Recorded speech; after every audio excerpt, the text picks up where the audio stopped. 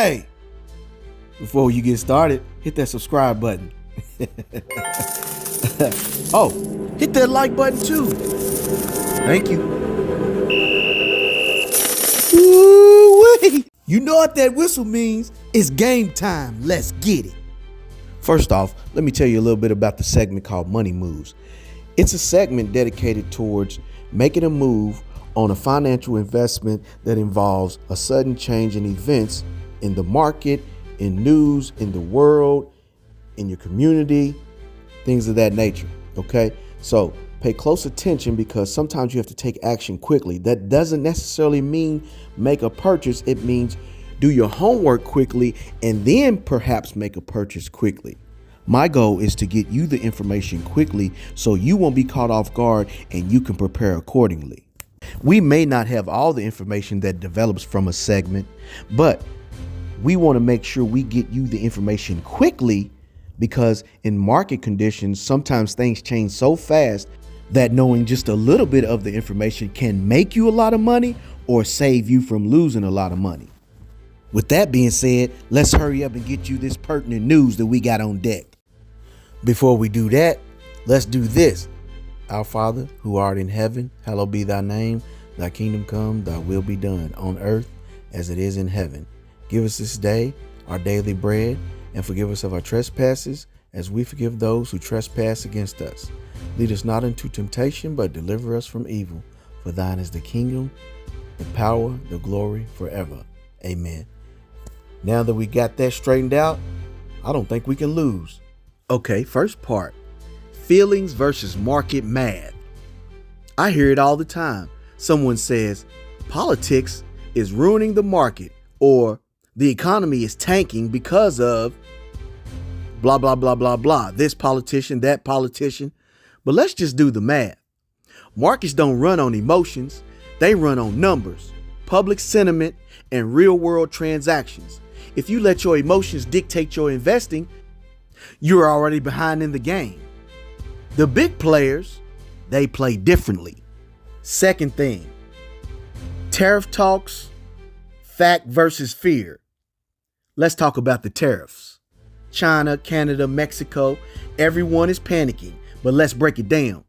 Trump himself stated on 10-25-25, which is the 10% China, 25% Canada, 25% Mexico basis, that these tariffs could be negotiated, postponed, or never even happen. But you don't hear about that. That means people are reacting to something that might not even be real. But here's the real kicker. The market hasn't even priced this in yet. That means we could see more downside before the dust settles. And if you don't have a game plan, you could get caught in the storm. Part 3, using your powder. Again, your powder is your cash available. Is it time to strike? Maybe. If you watch my previous videos, I told you to powder up. That means keeping cash on hand for opportunities, just like today. Guess what? Now is the time to consider using some of it. Here's my take. If you have $1,000 in cash, powder, you may want to deploy $50 to $100 into stocks, which is a roughly 5 to 10%. If you have $10,000 in cash, powder, consider putting $500 to $1,000 to work in the market. Why? Because when the market is red, the big players are buying, not selling. Part 4, crypto's weekend dip. Shakeout, or is it a setup? Crypto took a decent drop this weekend.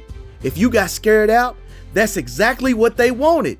And if you noticed, the market jumped right back up. Take, for example, XRP. Take a look at the chart. You'll see what I mean. Instead of panicking, let's use the dip to our advantage. Lowering your cost basis is the name of the game.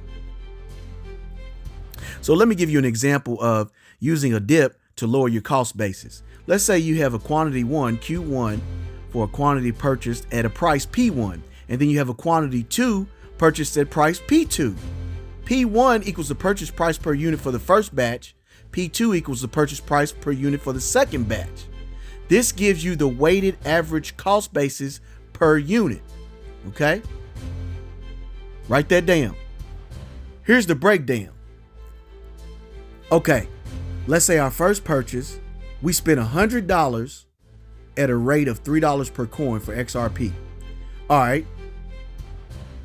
That put us at approximately $33.33 per coin.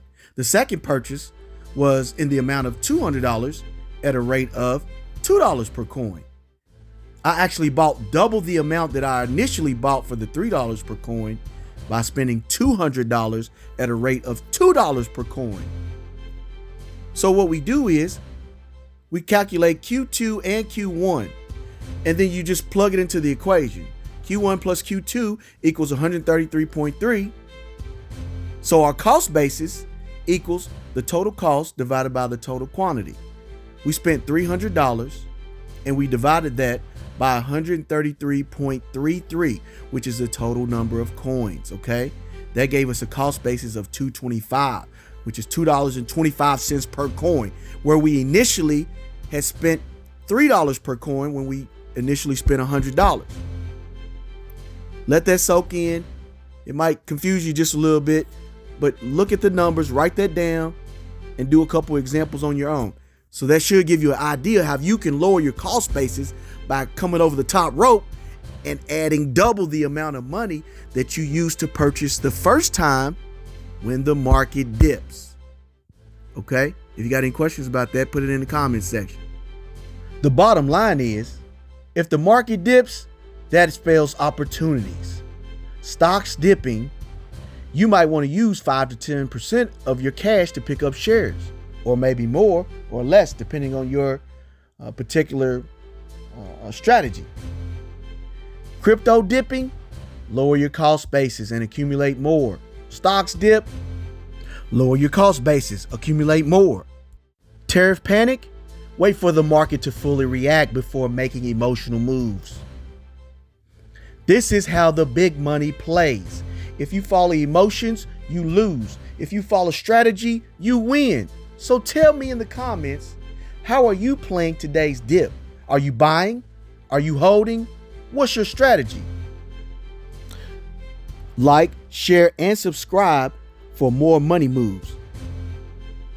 Coach Hen, signing out. Let's get it. Before making purchases, adjust your risk tolerance for your situation. All situations are different. So again, do your homework. Thanks.